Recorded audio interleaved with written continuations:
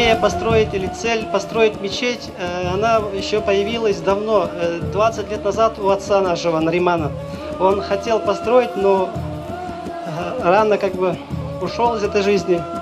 Ну, Аллах дал нам силы, чтобы закончить ту его цель, его идею.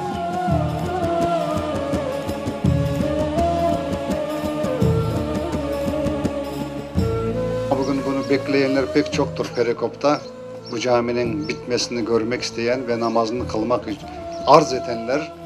Bizler insanları sevmek, insanlara hizmet etmek için yaratılmıştır.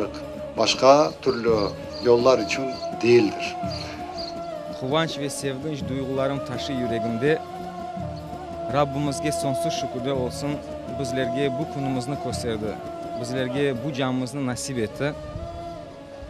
Bu cami sanki bizim evladımızdır.